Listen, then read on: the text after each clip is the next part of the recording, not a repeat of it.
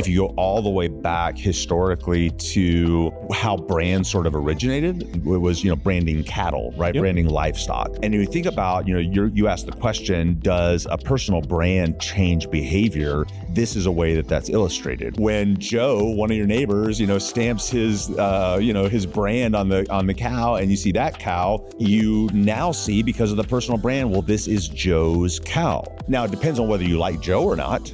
Right? Mm-hmm. If you like Joe and you're like, oh, this is Joe's cow wandered away. So because I like Joe, I'm going to take his cow back, or I'm going to let him know his cow's over here, right? On the other hand, if I don't like Joe, that could change my behavior too, because I'm not going to tell him his cow's gone, or I'm going to steal his cow, or I'm going to kill it and eat it, right? So brand, I think, has always had the power to change people's behavior.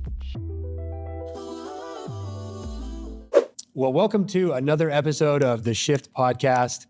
I'm Evan Weiland with my co-host, Matt Ware. Matt, today we're talking about personal brand. Yeah.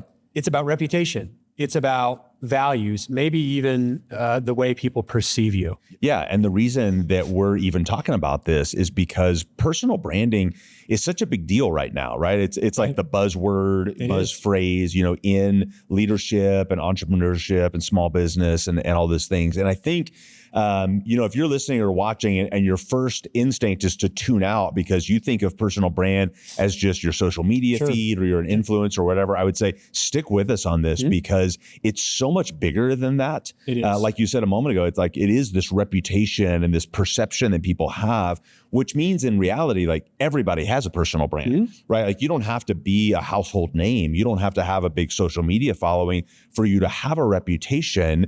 And if you are a business owner, business leader, that reputation matters because it impacts how people do business with you or don't do business with you. And I think we'd be the first people to say, we're not experts in this. We're still like figuring it out. And that's one of the, I think, kind of hallmarks of the Shift podcast is to say, hey, we're not always coming at you saying we have it all figured out. Right. We're letting you in on our journey and hopefully we're able to share some things that maybe, encourage you and challenge you on the journey too. Definitely. I think we can look all over the place and just find examples of how powerful a personal brand can be. Yeah. I mean, we all have someone that we follow. I personally have bought books, bought courses, and spent, hours binge watching someone's content because of their personal brand. Yeah. Here's a question. Do you think that personal brand can change behavior? Yeah, absolutely. And in fact, I think if you go all the way back historically to how brands sort of originated, that's actually what it was intended to do, is change behavior. Nice. Alex Hormozi talks about this, so I'm going to steal this content from him. Yeah, please steal away. He explains it this way, and I think it's really a brilliant way to explain it. That if you go back to when branding was really invented, it was, branding cattle, right? Yep. Branding livestock. And you think about, you asked the question, does a personal brand change behavior? This is a way that that's illustrated, right? So you go back to whatever, the 1800s, and you're walking down the dirt road and there's a cow that crosses the road and the cow has no brand on it. And so at that point, like all you really know is this is a cow, right?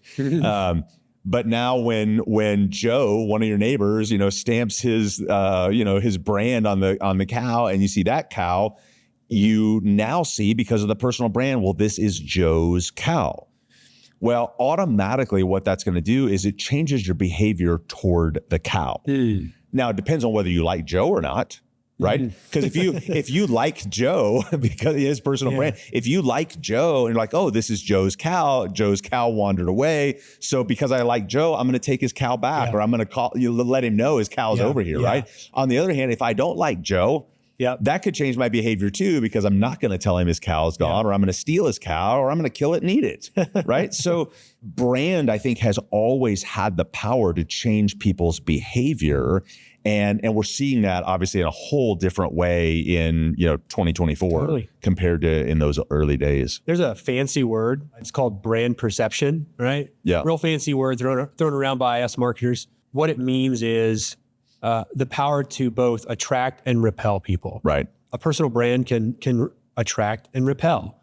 And by the way, it's intended to. I think that if you have a strong personal brand, there's no way that you're going to attract everybody. You're going to have people that are haters Yeah. And you're going to have people who just buy and binge watch you and do all of those wonderful things. But I think it's good. I think it's a really good thing that you have people who are advocates of who you are and what you do and what you're all about. Sure. And it's also a good thing that you have people that you can repel.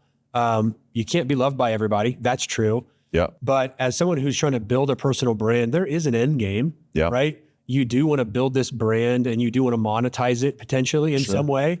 And so being able to attract the right people and repel the wrong people, I think is pretty important. Yeah, absolutely.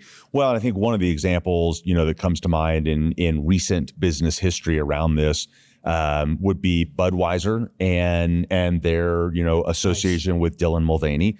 And regardless of what your view is on, sort of the political issues or whatever moral issues around that, you have to recognize that from a branding standpoint, that both attracted and repelled people, right? It attracted a certain kind of person to now become a Budweiser customer. Nice. And it repelled other people who now, because of the association with Dylan Mulvaney, they were repelled from that. Now, in that particular case, there were more people repelled than attracted. So from a business perspective, it didn't make good business sense. But from a branding perspective, it was a strong brand association, right? And so I think, you separate those things. But to your point about it attracting or repelling, I think that's going to be the case, at a macro level, like with a massive company like Budweiser, but it also happens at a micro level, with people who are running small businesses, because of your reputation in the community, your reputation in your industry, all of those things, it can make people want to do business with you or not want to do business with you. That's right. When I think brand, personal brand, I can't help but think of values. Yeah. Like core values. Sure. Right? And I think anyone listening, watching, think of your favorite brand, whether it's a business or an individual, right? And if you were to be able to sum up that brand in a sentence, it's more than likely you're probably going to talk about their core values. Sure. And so whether that person is on camera or on stage, they're constantly describing or emulating their core values. Yeah. I would encourage anyone listening, watching, to just write down your core values. Yeah. And I think it's foundational for being to build a personal brand. Maybe you want to get on social media. Maybe you want to start a YouTube channel. And I think writing down core values is going to be your North Star. Yeah. Well, and I would say, even if you don't want to be an influencer in terms of social media or feeling like you're public, you have this public persona or whatever, you still have core values that you should be living out. And frankly, you are living out, whether you've articulated it or you have clarity about it or not. You are naturally living out your core values. Yep. And so I think, when you look at these, especially these powerful personal brands, like you said, without even using the words, the way that they express themselves is an outworking of their core values. That's right. And so, this is actually a process that I went through recently when I was trying to figure out, some of how I was going to position myself and personal branding and all of that, was to really sit down and take the time to identify what are my core values. Not just what I, like or believe or what I want people to think about me, but this is truly who I am. Yep. This is authentically me. Because I think a powerful personal brand is not posing. It's not posturing. It's not trying to give the people what they want. It's saying, at my core, I know who I am. Yep. I know what I'm about. I know what I'm passionate about. I know what I'm passionate against. I know why I'm on the earth. I know what my purpose is. I know what my calling is. And I can, in some sort of succinct way, whether it's a few words or phrases or whatever, I can kind of sum up the core pillars of who I am and what I'm about. And my personal brand is ultimately built on that. Yeah. So, an example of someone I think of who has such a really strong personal brand is Deion Sanders, right? Okay. Coach Prime. We're here in Colorado. He's the CU football coach, is building this program, rebuilding this program. And when you think of Deion Sanders, there's a few things that come to mind. One is winning. The dude is just a winner, right? You win Super Bowls. He won World Series. Nice. The only person ever to win a Super Bowl and a World Series. He comes in and he just exudes winning, period. Like he's a winner as a human being. Therefore, he carries winning into every environment that he's in. Something else with Deion Sanders is the dude just has so much confidence, maybe even bordering slightly on being cocky sometimes, because he carries himself with just a gravitas and just a swagger. And what that does is it not only and talk about attract and repel, right? There's people who love it and there's people who hate it, but you can't say that Deion Sanders is not a confident man. Yeah. Right? I mean, like his tagline in his social media bio is, don't let my confidence offend your insecurity. Right? Like he just carries that. And so, love it. So when he walks onto the field, when he walks in a room, his brand, his values go with him and that just sort of exude from him. So, I think for everybody, we all have something, right? Like we all have some values. And, part of the process that I went through, a few things that for me were just so authentic. One was leadership, which is part of why I do this podcast and why I speak to leaders. I've always loved leadership. I've studied it. I've spent my whole life immersed in it. And I love speaking to leaders. I love communicating with leaders. I love encouraging leadership. Leadership is a part of my personal brand, not because I'm trying to position or posture, but because it's who I am. Another thing for me would be resilience. Like I am a person who, because of what I've, some of what I've been through in my life and the things that I lean toward and gravitate toward, I love resilience. The idea that you get knocked down and you get back up again. Right. Your setback can become your comeback. And so like, this is just authentically who I am. And everybody's got something. Everybody's got a handful of things that they would say, these are my core values. And you don't have to have a million of them. You have a handful of them, but this is part of what forms who you are. And therefore it forms what you do with your life and how people perceive you. Yeah, I like that. To sum it up, I think that values give depth to brand and make it feel like genuine and meaningful. Yeah, absolutely. Authentic. Yeah. Well, and I think if you're trying to develop a personal brand out of values that aren't really who you are, it's not going to work. That's right. Number one, people can see through it. Yep. And number two, even if you fool them for a while, you won't be able to keep up the act forever. Not sustainable. Because it's not who you really are. That's right. So I think it's got to be built on your values. Yep. I like the idea of brand formed by beliefs, right? So I don't think that brand is just what you say about yourself, but it has to include what others believe about you, right? In the marketplace, right? Where you do business. What do you think? It's not either or. I think it's both and, right? Like your personal brand, as you're developing this, as you're thinking through this, it certainly has to be true to your core values and authentic to who you are. But you can't get away from the fact that part of your personal brand is your reputation with other people. It's the beliefs that they have formed based on what they've seen, what they've heard, what they've experienced. Frankly, and some of it might not even be accurate. That's right. But it's still their experience. Yeah. And I think that's a difficult thing sometimes to navigate when maybe people think of me in a way that I wish they didn't think of me, right? And maybe that's my own fault because of things I've said or done or whatever. Maybe it's that there's bad information out there about my company. And, I'll give you an example, right? So a disgruntled customer posts a negative review on Google about, the service that you provide. And now part of your reputation is dinged by that Google review. Right. Now, you wish you could fix it because there was a bunch of inaccuracies and you even respond to it. You made it right behind the scenes, but nobody knows that. But now people who are reading your reviews form an opinion about you that you can't really control. That's right. And like it or not, it becomes part of your brand. And you can complain about it all you want to. Welcome to the price of leadership, right? Is that you're not going to make everybody happy. Not everybody is going to have an accurate view of you. And this is just this is a burden you have to bear if you're going to be in a leadership role in the marketplace. At a very basic level, I think about this, like we all have that friend who is always late, right? Yeah. And you're listening, you're watching, you know exactly who in your mind, in your life, that person is, right? Doesn't matter. If you can't think of one, it's probably you. Yes, totally, right? You know, it doesn't matter what the event is, they're always going to be 15 minutes late.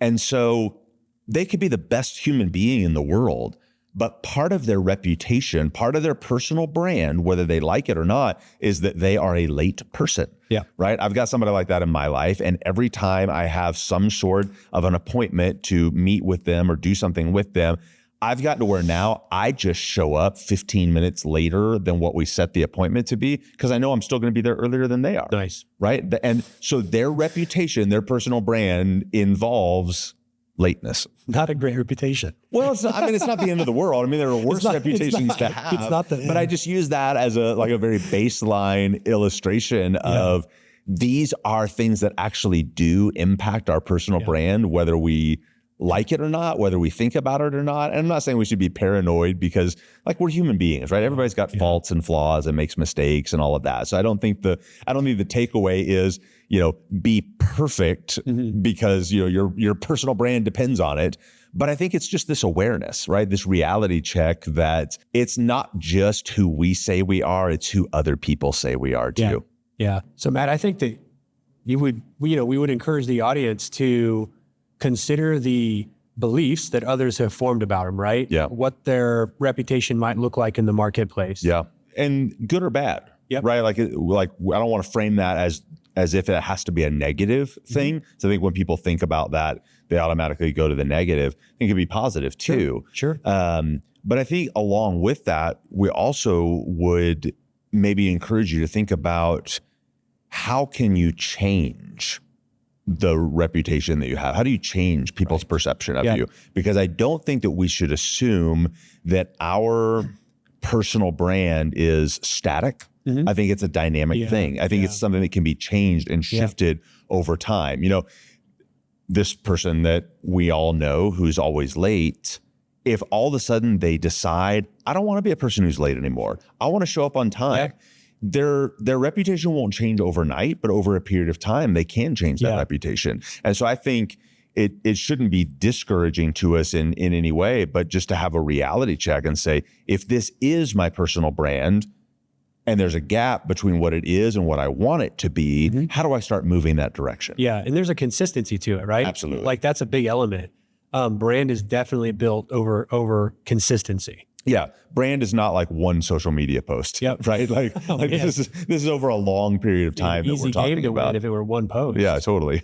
How to do that? So, I mean, I think maybe a good starting point, and this is where I started in this journey. And again, you know, going back to what we said earlier, maybe we're not that far along in the journey. And so we're just, you know, encouraging you, if you're watching or listening, you know, as maybe you can learn something from what we've gone through.